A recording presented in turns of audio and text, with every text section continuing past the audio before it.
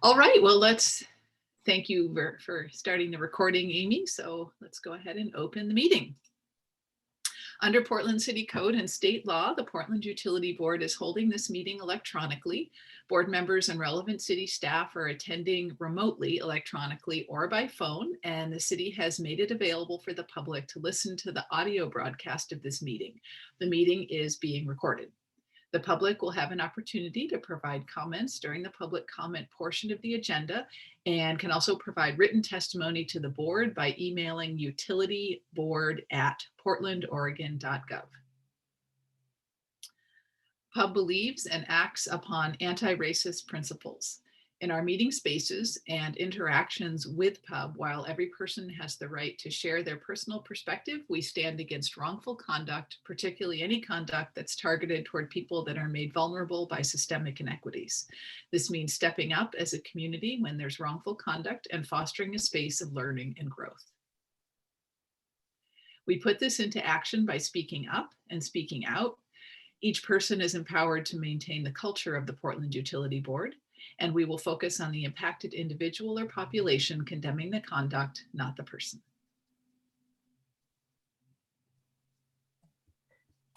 My name is Amy Archer-Masters, and I will quickly run through the meeting guidelines. Please state your name before you speak, and if appropriate, the name of the person you're addressing or that you're addressing the group. The chat box is only viewable by the hosts, the PUB staff, Eliza and myself. Please limit chats to technical and logistical issues, including signing up for public comment, asking for technical assistance, or reminding us that you've been waiting to speak if you've not been called on. The raise hand function is primarily used by the board. The co-host may lower your hand once you've begun speaking just to maintain the flow of the conversation. During the public comment periods, the public can raise their hand and you'll be called on when appropriate. If you're connecting by phone, you can press *9 to raise your hand. Videos may be turned on for the board, presenters, and facilitators when speaking if desired. It is not required. Members of the public and others should leave videos off. Please mute your microphone when you're not speaking. Members of the public will be muted except when giving public comment. If connecting by phone, you can press *6 to mute or unmute yourself. Public comment will be taken during the comment period early in the meeting. You can sign up through the chat with PUB staff, or you can raise your hand during the public comment period. It's also available just prior to any formal board vote after a motion has been made and seconded by board members. And as mentioned, this meeting is being recorded. I'll pass it back to you, Karen. Thanks, Amy. So our agenda today, after our usual disclosures of communications and greetings to each other, we're going to review 2 sets of minutes and make a decision about adopting those. We have 10 minutes on the agenda to revisit the labor statement and discuss and make a decision, if we choose to, about how we want to move forward with that. And then we're going to move into the main business of the meeting, which is continued discussion of the workplace racial equity mid-pandemic report and discuss any next steps on that report. And at a few minutes after 12, we do definitely want to save some time to close our meeting with an appreciation to departing board members, and we will adjourn at 12:30. With that, are there any PUB members who have disclosures that they would like to get onto the record? Karen Spencer. Yes, I had a conversation yesterday with Eric Pacheco, the equity manager for the Water Bureau, related to what we're going to be talking about today. Thank you, Karen. Anyone else?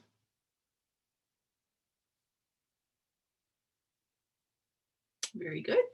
Thank you, Karen. And let's proceed to a review of the June 7th minutes and the minutes from the onboarding of our new to be joining in July board members.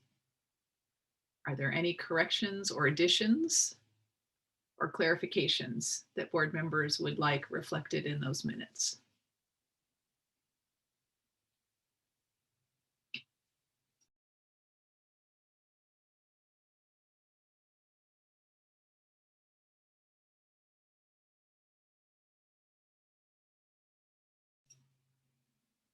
Going once, going twice. Minutes can be adopted as written. Thank you for composing those so quickly, Eliza. Is there anyone present or that Amy or Eliza have received chats or requests for giving us a public comment this morning?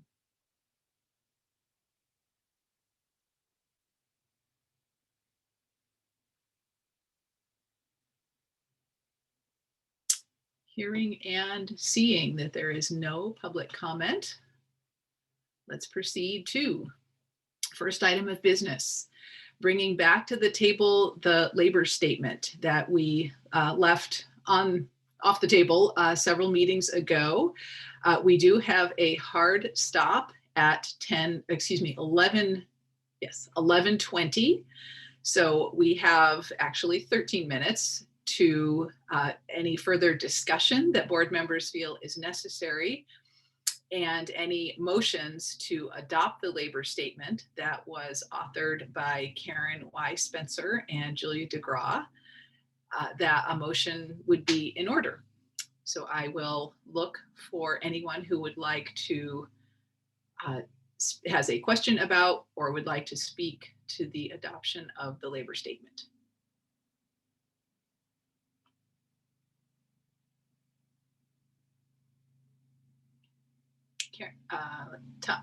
Tom Lipton, please go ahead. Thank you. This is Tom.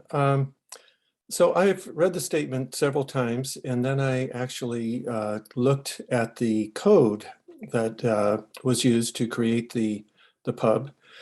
And there's some very interesting things in there, and it was good to look at that again, and especially regarding this issue. So what struck me is a couple things. One is that on this board, in the code, there's a place written for specifically to have a representative of the city union. So the union representative, and sorry, I don't know who it is at the moment, I forgot, but that person is on the board. And so they built it into the makeup of this board. Why they put that in, I don't know. But then now getting back to the issue of the potential strike that didn't happen, and it just kind of the letter to me is sort of putting us in a position that I'm not sure that we have enough founding in. So, for instance, the city attorney was concerned about fair practices and things like that, but it doesn't say in our charter, I'll call it, or our code, that we are not to address any particular issue. It says we'll address financial, budgetary, and policy issues. It also says that we will identify issues and challenges that come up in the course of our work, and that we will address them in whatever way is within our purview. So to me, I think the letter, and since the strike didn't happen, I think we should just drop it. And if this comes up again in the future, then we could get more advice from the city attorney and maybe the union's attorney, perhaps, if that person represented felt that was important to do. So in other words, I would suggest we just table the document. And that we don't try to provide guidance for a future pub. And that if it ever happens again, that pub would take it up and get as I just said, get the guidance from both attorneys, the city attorney and the union attorney, if that's applicable. So anyway, that's my thoughts on this issue, and thank you. Thank you, Tom. Julia DeGraw, please go ahead.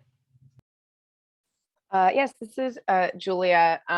I completely understand and respect everything that Tom just said in terms of the focus and purview of the pub.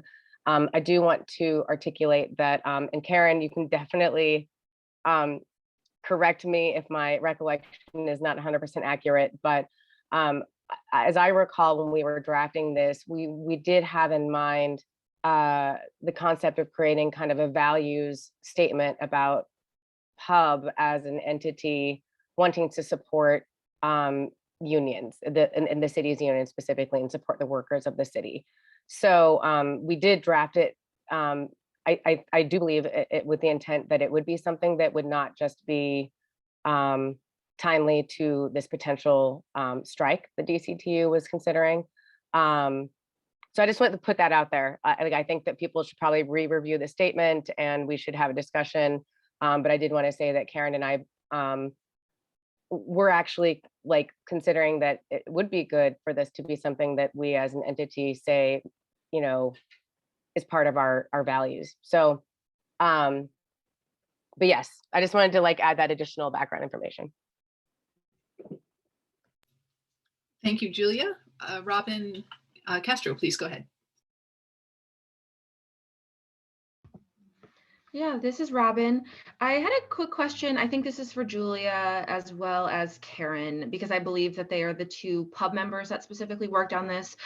I wanted to know who were all of the stakeholders who were involved in the writing of this. Like I've heard that it's city attorneys, and I've also heard kind of like other stakeholders, but I'm not necessarily sure who was all at the table and who we were interacting with in order to bring to formalize this statement. So I just wanted to know, like, were the stakeholders, was the union president involved, or is it bureau leadership that are the other stakeholders? Who besides Julia, Karen, Spencer, and the city attorney was involved?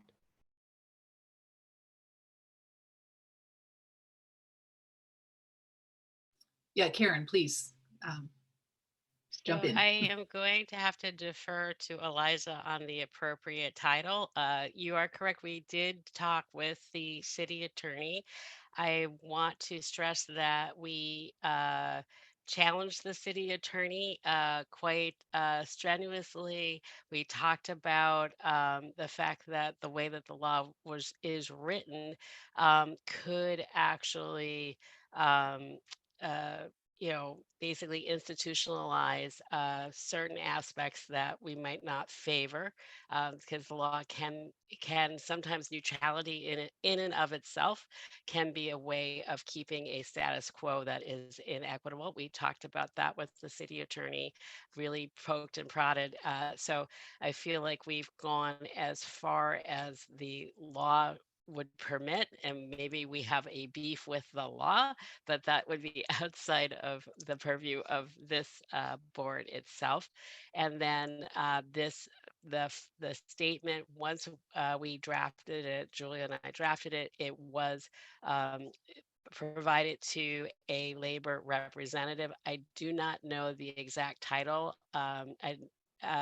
And I'm hoping Eliza knows the person's exact title, but it was vetted by them and agreed. And we felt like at that point, if we had agreement on all sides, that this would be good.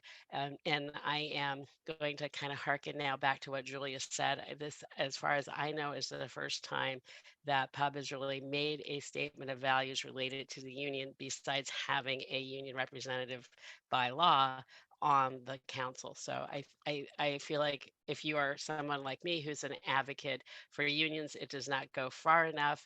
But I'm sure that if you are not an advocate for a union, you may think it goes too far by just being neutral.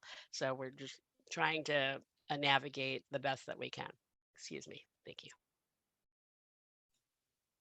It was run by, this is Eliza, it was run by someone who plays a leadership role in city unions, in the city of Portland unions. So the ones being directly involved in this situation. Okay, thanks for clarifying that, Eliza. Robin, do you have a follow-up?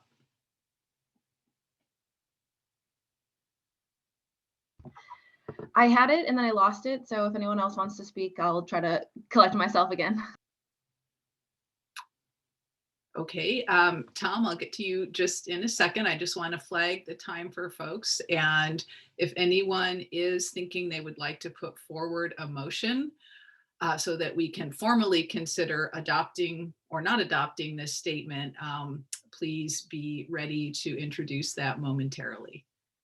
Let me, if I may, I'll go back to Robin, because I assume that means, Robin, you remembered what your follow-up was, and then Yes, I I'll did. go Tom and then Karen. Okay, so I'm definitely one of the people that wants this to go further in support of the labor. But I do want to ask, with the conversations with the city attorney as well as the labor representative, was anyone able to illustrate what would actually happen if we were to it says because in the second to last paragraph, it says because interference may be deemed unlawful behavior practices, we understand we should collectively take a neutral stance. Did anyone get specifically what the backlash would be to if we did accidentally interfere with unlawful labor practices, what that would look like as a board? Would it limit our scope as on pub? Scope of influence? Would the city be fined? What does essentially, not that we're purposefully doing this, but what does the backlash to interference actually look like to the city and the board?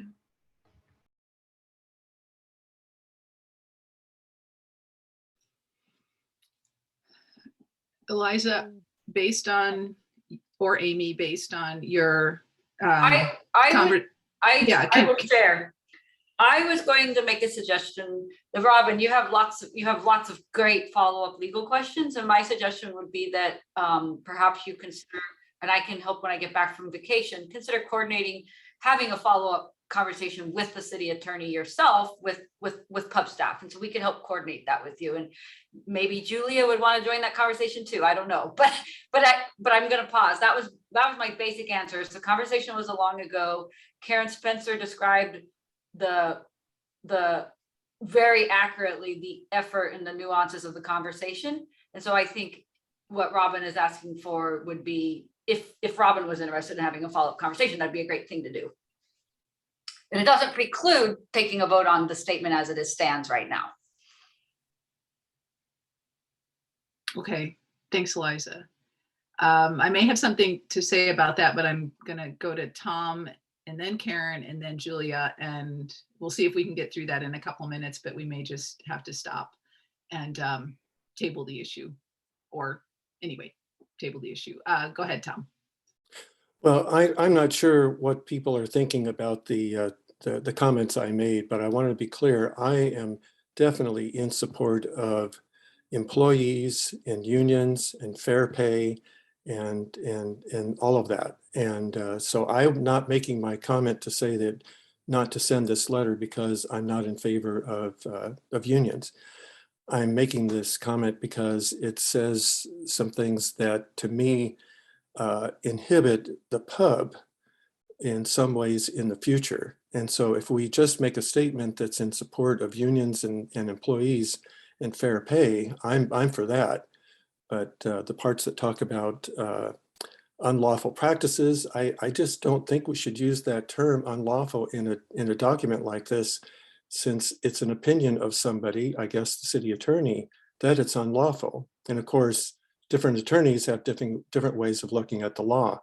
So I'm just wondering, and Karen, you mentioned the law, what is the specific law that precludes pub from doing its job on an issue like this? I just find it, and it's not that pub's going to say it's going to take one side or the other necessarily, but pub might have some input that could be helpful and in a future situation that might be helpful to both sides.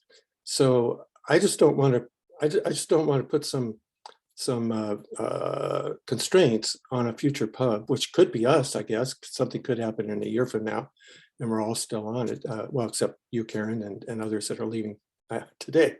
So anyway, so that's my point. I'm all in favor of good practices and treating people fairly and everything. Thank you. Thanks for sharing that, Tom.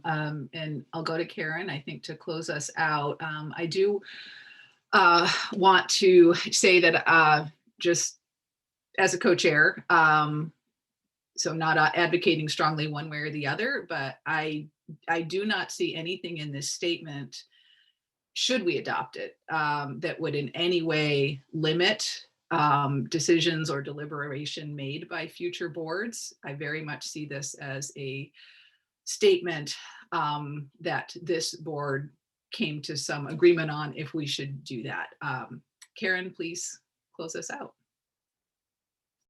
So I wanted to say to Robin, we did talk about the penalties and things like that. It was enough to be startling to me.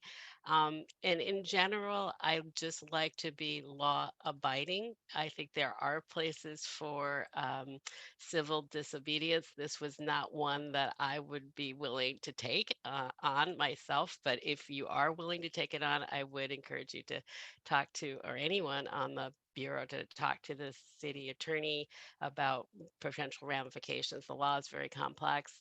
I've been through not union negotiations, but intense negotiations that are fast moving. We are by design a slow moving entity. I would not want to interfere in a fast moving negotiation myself.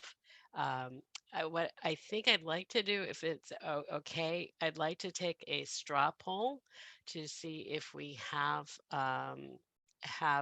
see where people are at, and then decide whether we should table it for folks to get more information as need be, or if we should go on to a further vote. Would that be acceptable to the co-chair?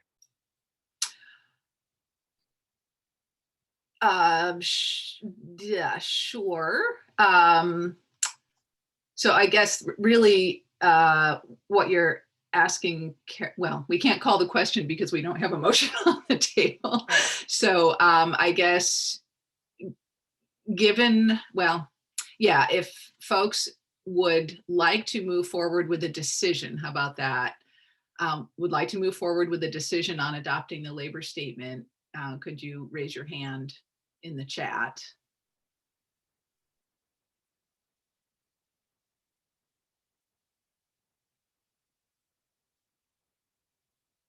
And I see one hand raised, and I would add, I see 2 hands raised.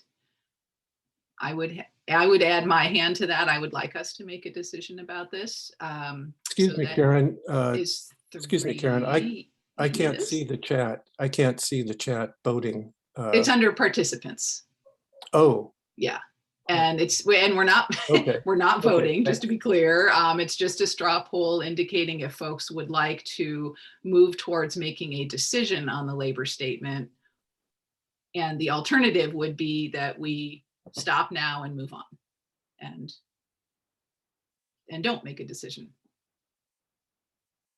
It looks like we. So I see, yeah, I haven't raised my hand, but I would be 3. So 3 out of 7 of us would like to make a decision, and I read that as 4 would prefer not to.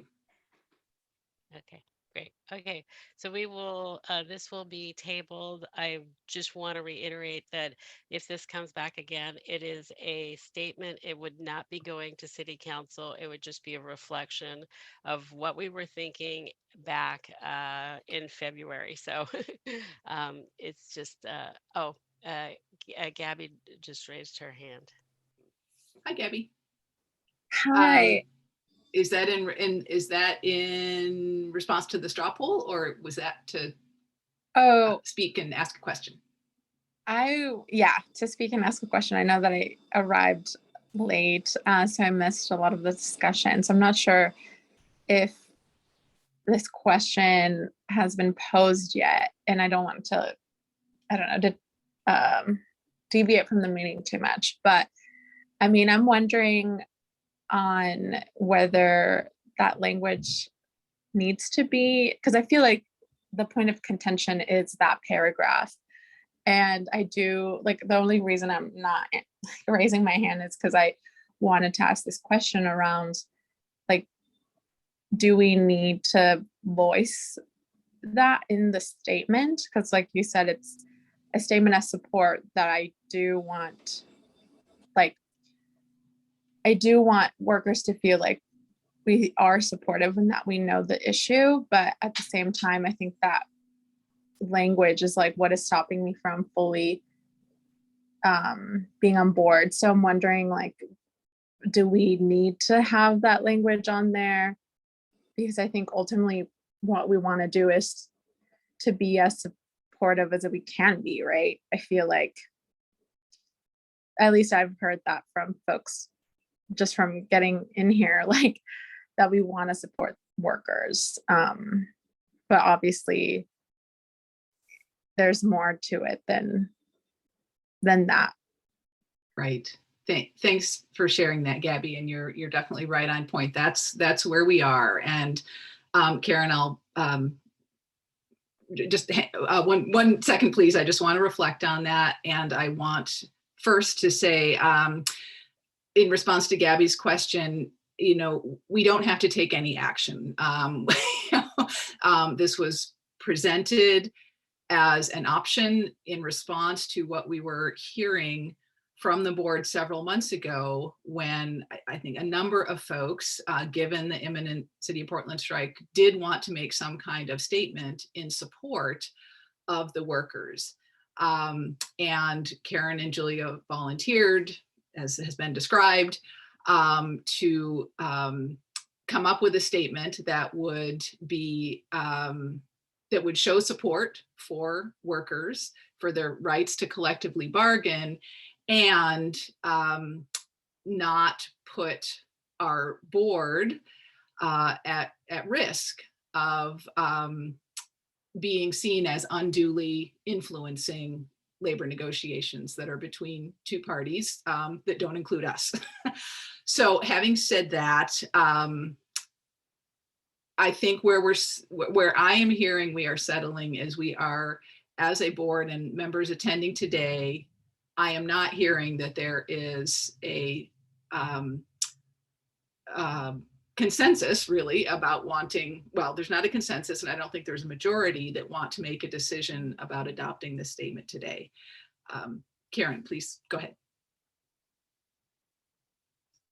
I would feel fairly comfortable making a motion that we adopt the statement with that paragraph deleted. I don't think it changes the substance enough.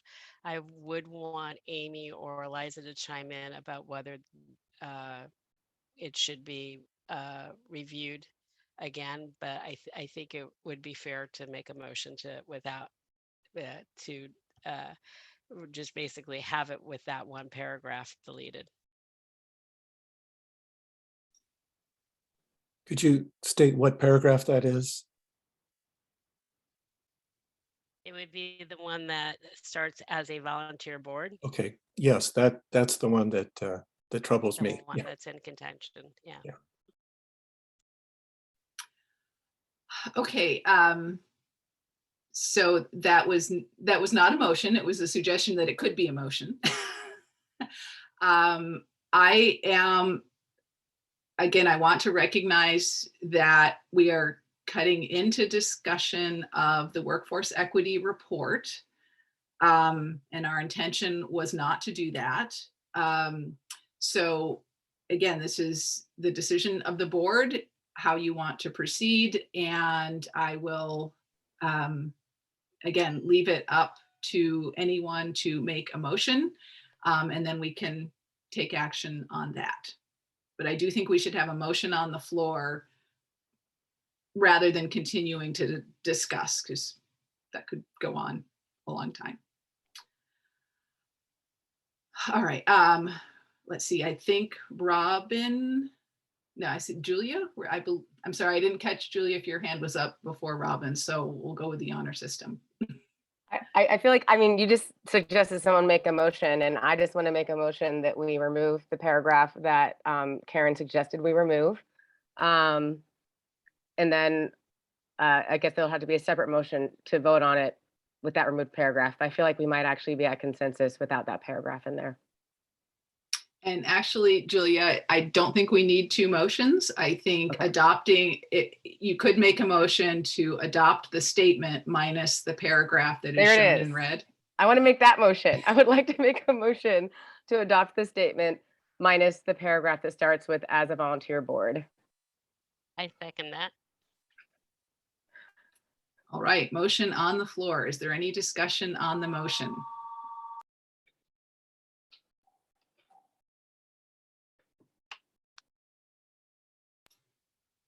Robin, please go ahead. Yeah, this is Robin.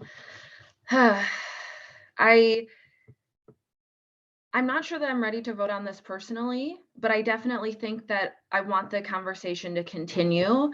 I would like to be an agitator in this position because it is our job to be in an advisory and almost like a community advocacy board. And so I still feel like even with the removal of that paragraph, it's still implying that we support neutrality or non-statements as a board. And the current consensus is that we, at least out of the 7 of us, that we don't necessarily support taking a neutral stance, which is implied even, or taking a non-stance is implied even with the removal of that paragraph. And so that's kind of what's hooking me, because I definitely know that Karen and Julia have put in a lot of work in this, and other pub members have even spoke on their behalf and saying that they are absolutely the type of people to go up to bat and ask for more than possibly what we got out of this.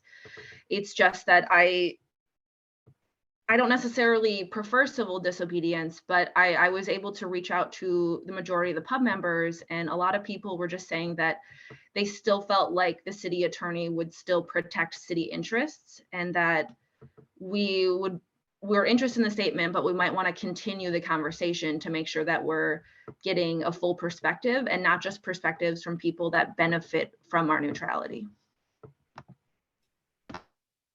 Thanks, Robin. And I think should we or should we not adopt this statement as presented today, there is nothing to prevent the board, as it shall be composed starting in July, from picking up and going deeper and inquiring more deeply into this issue. So I'm hearing what you said, and I think there's no limit on what the next board can pick up based on our decision or not to adopt this statement today as presented.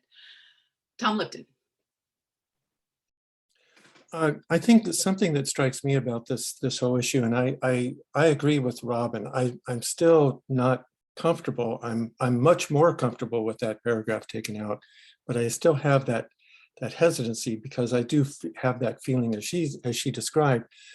But I think the way it seems like we're looking at this is as it relates to negotiations and things. And I think the other parts of the issue of looking at a potential strike and union negotiations is the financial part. And so, for instance, as we discovered after this was all done, that the Water Bureau did not, well, I hope, no offense to the Water Bureau, but it appeared the Water Bureau did not do its due diligence and prepare itself for the consequences of the, I shouldn't use the word consequence, the impact of the award of the union for what they wanted.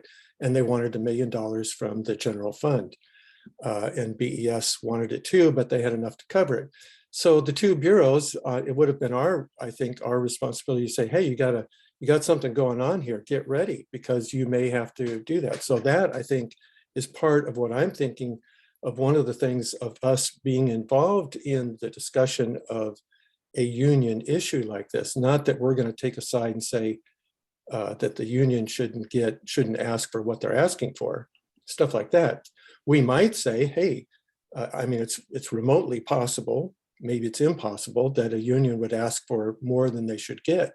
And maybe looking after the finances and the budget, maybe the pub should venture into that and say, well, in our opinion, So, anyway. So Tom, I'm going to interject. I'm Thank gonna you stop. for that. And again, Thank you. I do not believe there is anything in our adoption or not choosing to adopt this statement today that would preclude further discussion and thoughts on the extent to which the future board demonstrates its inquiry and or its advocacy for particular workforce issues and budget issues. So I would recommend that we call the question and take a vote. That is not my place to insist on that. So if there's further discussion, or if someone would like to call the question so that we can move to a vote, I would suggest we do that. Karen Spencer. I will call the question. Do we have public comment next, or don't know how this all happens, or is that after? We do need to take public comment before we vote. The question has been called, and there has been speaking both in favor of and opposed to adopting the statement as it is presented on the screen with the red paragraph removed. Is there any public comment on this issue?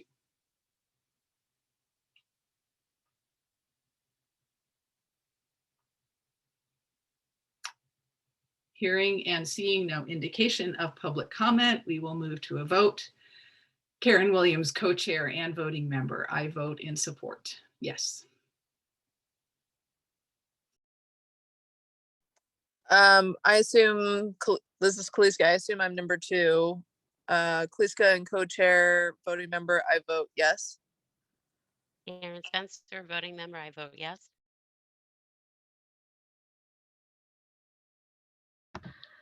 This is Robin Castro, voting member. I vote no.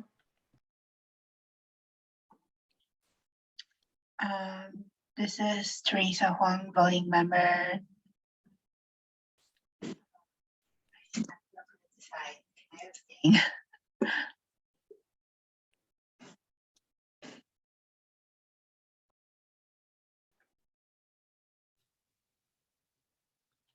Teresa, are you still there? I'm sorry, I didn't. This is Karen Williams. I didn't hear your vote. Oh, I still couldn't decide. Can you hear me at all? Yes, I can hear you now. Oh, okay. I still couldn't decide. Can I just abstain for now? You can abstain for now and for abstaining is an option. Yes. Okay.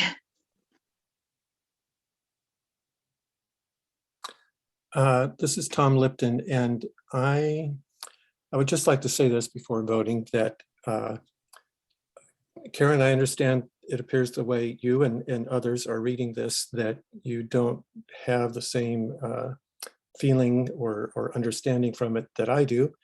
I'm not saying mine's right, but the way I read it, this does put I'll call it a constraint on future members of PUB who may read it and then understand it in a way like I'm understanding it versus the way like some of you are not understanding it. So with that, because I do feel that it would be misunderstood, I would vote no. I am voting no. Julia DeGraw, voting member, I vote yes.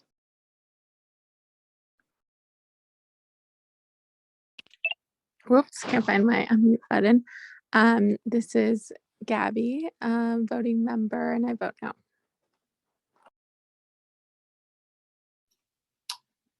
Thank you, everyone. By my count, that is 4 in favor, 3 opposed, and 1 abstention, which, Teresa? I'm sorry. The more I think about it, I'm leaning more towards the no. So can I change my vote from abstain to the no? You can. Thank you. Sorry. Okay. All right. So with a final count of 4 in favor and 4 opposed, we are tied and the motion does not pass.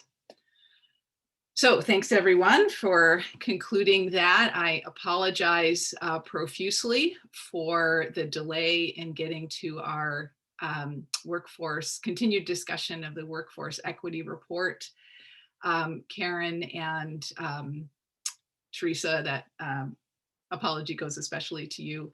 And I will just, especially now, in the interest of time, I do want to let folks know Karen and Teresa are going to be leading the continued discussion of the report. There's a bit of a recap on what we discussed last time.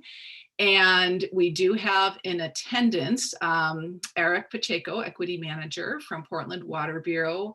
Eric is attending in a listening role.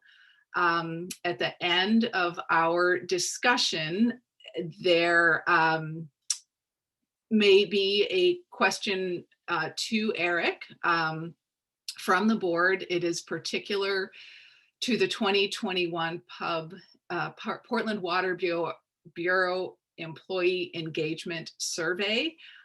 So we will try to make time for at least that question, but there probably won't be time for additional questions of the board to Eric. We also have Guldan Salzar from Commissioner Mapp's office with us. And Guldan would like to make a couple of remarks at the end of our discussion before we go into our appreciation of departing board members. So with that, let me turn it over to Karen and Teresa to lead us through additional conversation about the workforce equity report. Thank you, Karen. So we're going to start off with a repeat of the slide from last time, because I know that folks may not have been in attendance at the last session. These are the guiding principles for the conversation. I'm not going to read everything on the slide because I'm sure that you are very able to read yourself. And I apologize if you hear my dogs in the background. The couple of points I want to highlight is that the business case for diversity, equity, inclusion has been made over and over again in my adulthood. It is incredibly compelling, and so we should treat diversity, equity, inclusion issues like any other business issue that an entity has. In that regard, there should not be any sense of blame or shame around these issues. It should be about accountability and responsibility. And so we can move on to the next slide. So what I'm going to do is go through a couple of slides that are highlights from our conversation last time, then things that we felt like should be added to the conversation, and potential next steps. Teresa and I have outlined some next steps for the incoming board to take up the mantle for this. Again, I am not going to read the highlights from our last meeting. Folks were there. There were also the meeting minutes that were just approved. So I'm not going to go through everything on these slides, but just to kind of refresh our memories. A big concern was about not brownwashing, making sure that there is a multi-layered analysis of the bureaus in regards to demographics, job classification, and service area. And then also what we wanted to highlight was the lifting up of qualitative anecdotal data and community knowledge. And that was something that we talked extensively about. And then also the support for temporary employees was very important as well, particularly given their being a feeder into permanent employees. And oftentimes some of that work is community facing work that we value. Next slide. And then timely sharing of information was something that we highlighted, and Eric and I talked about that, and we're probably going to talk a little bit about that later. But it's getting us the information early and would have been very helpful. And then also one thing that we talked about was citywide consistent stay and exit surveys, having that the view across the whole entire city, and then also educating people about the tools that are available. Next slide, please. some of the ads from the last meeting, and I won't go through every single point here, but it was a lot of it was, and I think rightly pointed out about relationships, managers building relationships with their staff. It's just and there's a great book about basically getting out of your office and going to where your people are, being a great leadership trait, and it is absolutely wonderful. Um, and there was a suggestion of going to where the folks are rather than making them always come to management. And I do think you get a lot out of seeing the environment that people are working in and experiencing what they are experiencing, where they're experiencing it. Next slide, please. And then another ad was around the caution on use of surveys. We talked about it in our report, and I think folks highlighted a lot of the key concerns that people feel.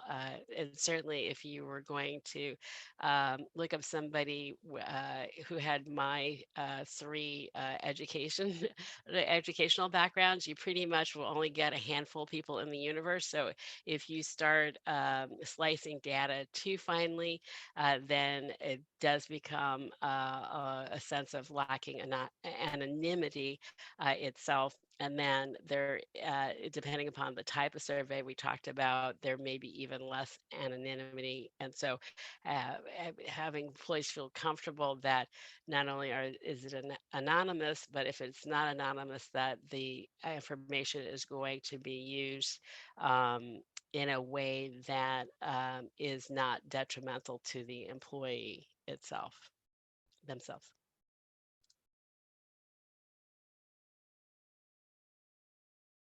And then I am getting a note that Eric needs to leave early. So what I'll do is next steps line, and then Eric will have you talk, and then we will go right back to our discussion on next steps.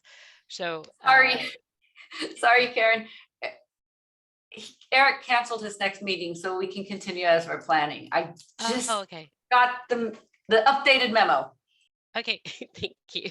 Thank you. I am trying to blaze through to catch up on time. So if I am going too fast, please let me know. Pub members, a thumbs up or a frowny face or something in the reactions. Please let me know if it's or thumbs down, whatever you can use. Please let me know. So we have some next steps from the last meeting, and then Teresa and I have some proposed next steps as well as the work team. So the next steps that we see is hearing from the bureaus. You are going to hear from Eric today. I suspect you're going to want to hear even more in future sessions, having a conversation with Commissioner Mapps's office to prepare for the fall work session, and that will be ongoing work. And then identifying the areas of further work, research, and recommendation development. I think any number of the suggestions in our report would make great work streams depending upon the interests of the pub member and the significance for the overall work on the work plan. And then reviewing the 2021 employee engagement survey.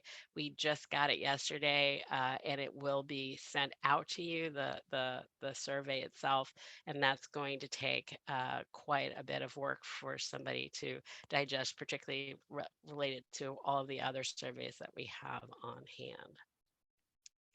And then next steps. Great. And this is our proposal. I thought the two-person work team, for lack of a better word, worked really, really well.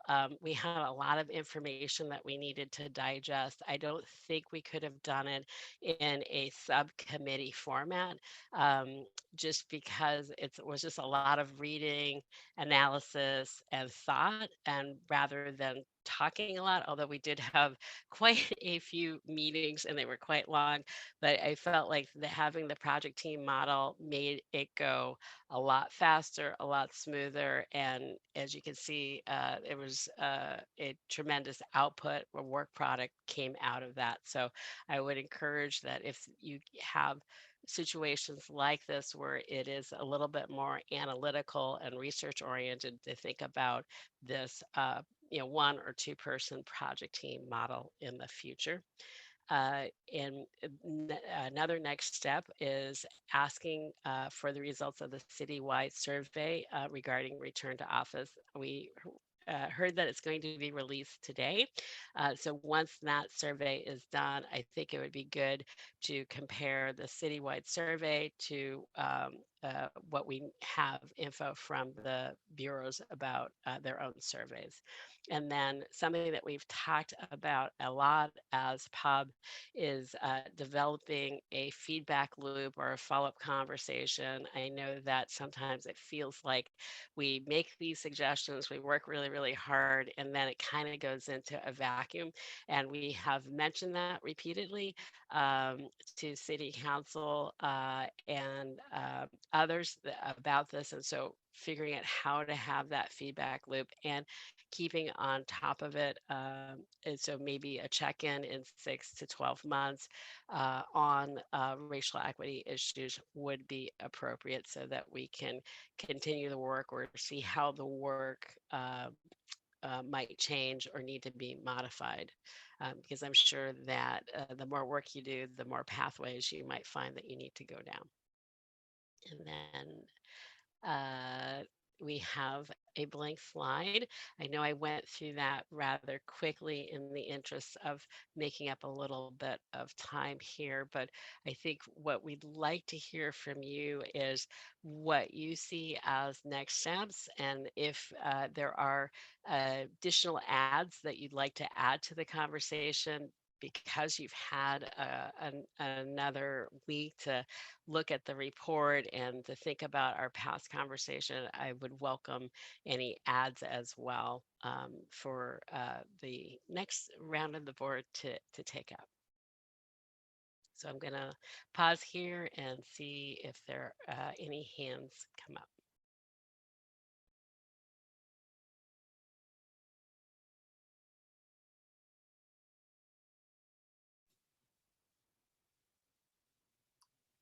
If folks have comments or questions or things they would like added or additional next steps, why don't you just go ahead and speak up? Or Karen, feel free to call on folks that you see hands raised.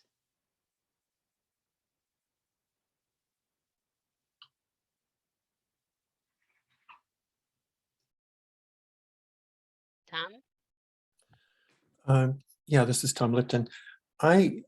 I really appreciate all the work you guys have done, and I think you've done a great job, and I like what I see today. And I'm just trying, if you could sort of give a description of how this would work. I'm trying to imagine, okay, are we going to, as a board versus hopefully somebody else that joins with Teresa and continuing on as that team, how would you see it working? How often would this come to the PUB board to discuss? Is it like you're thinking like once every 6 months, or and of course as needed if something came up, but are you seeing it like once every 6 months, or how are you seeing it? I guess that's my basic question. I think the immediate work will be, and Teresa has stated, and we should all applaud her for this, that she would be willing to continue on with another member of PUB, either a current member or an incoming member who decides to sign up, that she would be very, very willing to stay on. So you already have one person with the background knowledge. So what I see happening is that the next, I apologize, I have an alarm going off. The next step would be digesting the Water Bureau's 2021 engagement survey, doing a report on that, which would be a kind of an addition, a new report on top of the existing one with any new suggestions that come out of it. And then after that, I would foresee that there would be check-ins every 6 months or so, unless the board decided to take one of the suggestions in either the new report that needs to be done or the one that Teresa and I did and want to tackle that issue. So if the board decides that the temporary worker classification is an important enough issue that they want to take that up in the work plan, then you would have a project team that would do that. And I'm sure that just knowing a little bit about Teresa, she would be delighted to work on that too. But I won't put words in your mouth too much, Teresa. No, yeah, I'm happy to work on it. Thank you.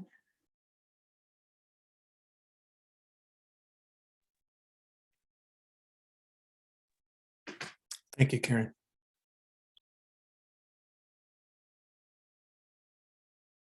Other thoughts, questions, comments, Julia, and then Gabby? My question is, I'm with Tom and that I'm really grateful for all of the work and I'm very supportive of moving forward with this engagement. And it's this, I'm not even quite sure how to word this question exactly, but in terms of having this kind of feedback loop and checking in with them, I'm trying to wrap my mind around what the structure of that kind of check-in is. What are the metrics we're going to be following up on? You know what I mean? Like what I'm just like, do we need to come up with that structure? Does it kind of exist from, does the report kind of create that structure? So that's what I'm trying to, as a volunteer board with limited capacity, I want to make sure that we're being substantive and strategic, but also not having to reinvent the wheel every time we have to do a kind of like, it's almost like an assessment, you know? So anyway, I'm not ever articulating this exactly well, but hopefully you understand what I'm asking and can articulate some sort of answer. Oh, did that make any sense? I definitely think it makes sense. I would probably actually put the onus on that on the bureaus. They have the report, and I think that, and again, in my how I would envision it is that they have the report and they can talk about where they've made progress or have not made progress, and where things have stayed the same, what are their priorities or not. I don't think that we're dictating the work that they're doing, but more observing it and putting our, for lack of a better phrase, I do need another one other than bully pulpit, but that's essentially what we are in that capacity. That was kind of what I was thinking, was the report kind of creates the like, here's the stuff that we're looking at and want to know how you're doing on these things. And it kind of creates the guideline for how that like feedback loop could be structured. And that's kind of, so thank you for that clarifying point and for following me on that poorly worded question. Thank you. And then Gabby? Yeah, I just want to, I had like a similar question, but also wanted to just say thank you to you and Teresa for doing this, because this is really amazing. And I guess there's a little bit to follow up. Julia's question was, it would be really great as even like an audience member to hear follow up on what the Bureau has taken from the report, if that's like of interest to the new board, and then having those follow up metrics, and so that we get to hear, even as like audience members, like where the bureaus are with this.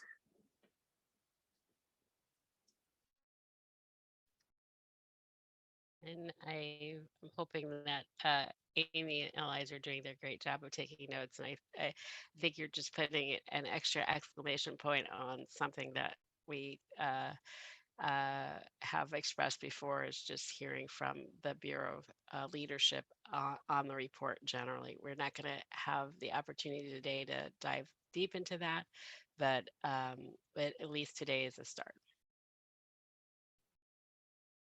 any other questions or thoughts? So if not, I'm going to turn it over to Eric, and I think it'll be the next slide.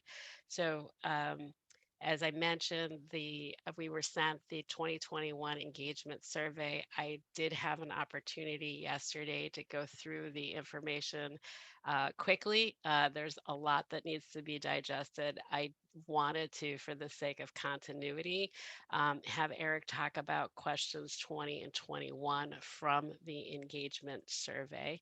The questions that I have are listed on the sheet, and essentially about understanding demographic and job categories, which was very key in our report, and then understanding how we compare to benchmarks. I am alarmed by the data that I'm seeing, and I'm just trying to figure out how alarmed I need to be. Is probably the best way of saying it. So let's just, I guess, turn it over to Eric and maybe go start with question 20. Hi all, Eric Pacheco, I use he, him pronouns, and I'm the Equity and Policy Manager at the Water Bureau. Thank you all for having me here. Before I answer that, I just want to make sure that this survey was done by an independent consultant on behalf of the Bureau. And so a lot of the analysis and all the reports that we got and all of the figures that you got access to are directly from the consultant. So that wasn't done by us. And the idea was to protect the anonymity of staff and protecting the survey. And the survey was a two-part, a quantitative analysis or a quantitative survey that was done in a year ago, exactly June of last year, followed by focus groups that were done in January and February of this year. And so a lot of the recommendations and findings from the consultant stem from that two-part approach to the survey. And we've made information available to our Bureau staff as it became available to us. So last fall, when the consultant finalized the analysis of the quantitative data, that information was presented to all Bureau employees, and at the time it was demographic information and only a quantitative analysis, and that helped inform the focus groups that were done in January and February of this year. And those focus groups were done based on identity. So they were done by race, by disability status, by gender, by sexual orientation, and also represented versus non-represented employees. The intention of this survey was to establish a baseline. So the 2010 and 2015 surveys weren't equity focused, whereas this one was. And in fact, the reason we did this survey now is because we launched our equity plan in 2020 and our strategic plan in 2019. And so the idea was to understand where are we starting from, and we can then track or measure our progress over time based on where we are now. You might also be aware that we had a new Bureau director starting in 2020. A lot of our management team has changed over the last 2 years, almost half of it, or if not more than half of it by now. And so the idea wasn't necessarily to see, okay, how are we comparing 2 years past, just because in the 6 years that have passed since the last survey, a lot of people came and went and were never surveyed. Some people are around, but not everyone. And so a comparison moving forward might not be as relevant. Our hope is to do some kind of touch point engagement every 2 years. Of course, we're not going to do something as in-depth as this every 2 years because it's been a year-long project. But the idea is that we can grab some of these questions and be able to track progress over time. And so in particular for question 20, I agree that it is concerning that 23% of people feel that one or more of their social identities is a barrier. I might add that a lot of people saying that are also white men. And so that's a tricky one, right? Because when we look at the data, and a lot of the findings from our consultant tell us that there's lower employee satisfaction and engagement among white employees than there is among employees of color. Now, that could be based on different things. Maybe standards and expectations for employee of color are lower, and so therefore they might be more easily satisfied. It could also be white people expect more of the Bureau. It's hard to tell, and I think, as you pointed in one of your slides, surveys have limitations. They don't give you answers. They just give you insights that you can dig into and ask more questions. And then slide 21, I can trust my colleagues to disrupt discriminatory or inappropriate actions. I think that more speaks to the culture. One of the biggest findings of the survey is across all work groups, we don't deal with conflict well. And I think if you were to do the survey citywide, you would probably find similar findings, is that Portland nice that gets in the way of us just kind of sweeping things under the rug. So the Bureau we're actually developing a conflict resolution process in collaboration with the PSU's conflict management program. And we're doing that like right now over the summer and into the fall. So our hope is to have a model that we can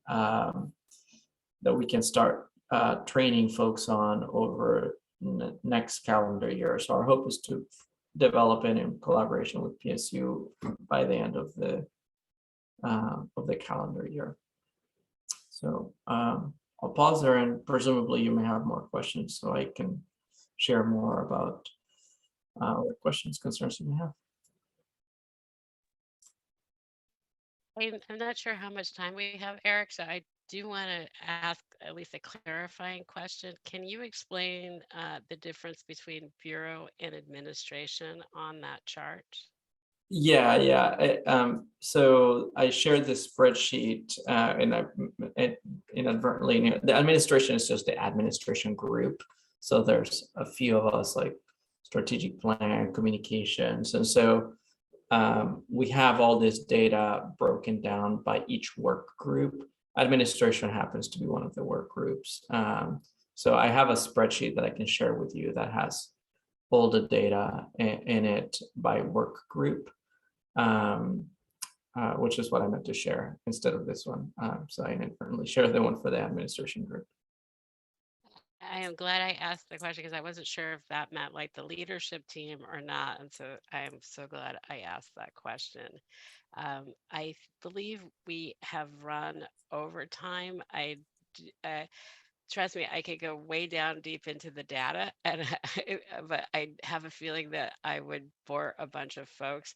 I thank you for being here today, Eric, and sharing your insights on this. And I think it'll be a great pointer for the work going forward on this. And I'm glad that you share my alarm as well about this information. All right, thank you. Thanks for being here, Eric. And again, thank you, Karen, for leading the conversation and follow up. And we will look forward to building on this exceptional work, and lots and lots of follow up to do for the next board. So I believe Guldan Salazar is still with us. Yep, I'm still here. Okay, wonderful. So yeah, please, Guldan, please go ahead with what you'd like to share with us. Yeah, thank you. My name is Guldan Salazar, and I'm so happy to see some people's faces today. I know I've sat in a couple meetings, but it's nice to see people on camera. So I'm the Water Bureau liaison for Commissioner Maps, and I just wanted to first and foremost thank Teresa and Karen for their work on the racial equity report in the workplace. I think that that's been an ongoing cultural problem in the Water Bureau. And I think that it's trickled down from leadership in the past. And so I'm happy to see that that is one of the issues that the pub is undertaking. And I'm happy to work in partnership and collaboration in terms of holding the Bureau accountable and making sure that we're supporting that work moving forward. I also wanted to say, related to the report that I received, what popped out to me first was that the last internal survey hadn't been done since 2015. And so I did talk to Gabe about that, and there was confirmation that the Bureau will be doing it more frequently now. I think every other year rather than every 5 years, because it's hard to really track change in real time if you're only doing surveys once every 5 years on employees. But yeah, I think that in terms of workplace culture and in terms of the shift that the pandemic has taken, working from home, and also microaggressions in the office, I think it's an important and timely conversation to have. So I appreciate that work, and I do look forward to responding more thoroughly. I know that Michelle Rodriguez, who's our BES liaison, was also wanting to respond to the survey. And I'm excited that the data is coming out from the new one. That was new information to me this morning. So that's super cool that we will also be able to understand what's going on as of now. And yeah, I'm always happy to chat more. I'm looking forward to meeting with Karen and Teresa one-on-one and to review that survey more. I'm always available to all pub staff as well. Secondly, I just wanted to thank the departing board members. I know we didn't get to interact much, but I want to thank you for your time and commitment and voluntary work. I think that the fact that there are people in the community that commit their free time to this oversight and that are passionate about equity and distribution of water, and just that commitment, it makes my job, it makes me feel so supported in my job and also so delighted. And so I just wanted to thank you for that commitment to people and to our city. And I wanted to welcome the new members as well. I know that you will be formally introduced in, I think I need to wrap up, formally introduced in council. But yeah, I look forward to meeting you one-on-one and welcoming you to our office as well, hopefully in person sometime. All right, I'll wrap it up. Thank you so much. That was slightly my bad, Guldan. I forgot to order my slides. There's a slide right after. Amy drives the slide, but I made them. But the next one says, thank you and farewell. And so I was like, oh, we could just move to that one while Guldan is talking. And I forgot in between was one that said, stop the recording. Oh. But you don't have to wrap up. It's good to have a little. Oh, that's lovely. I love that. This is what I was trying to get us to, but I forgot the order. Wonderful. So, and I was suggesting we stop the recording because we only used to record, we really used the recording for minutes. And so there's no, everybody who wants to be in the room is in the room, and there's no need to record this part of the meeting. Oh, let me actually, skip past the, okay. Just seeing the factoids was fun though. Sparks the imagination. Maybe we can incorporate something like that in our, well, anyway, we'll have it. with our new board. Maybe that could be an icebreaker or something. Yeah. Can we just see the slide at the end, maybe, just for like, we won't have to play the game. I'm just curious about what the factoids were. Yes, absolutely. Okay, yeah, so just quick for official and on recording, on July 5th is our next meeting. We'll be meeting at 3:30 p.m. and we will first and foremost be welcoming our new board members. Again, thanks to the subcommittee who made those recommendations, and we look forward to meeting them.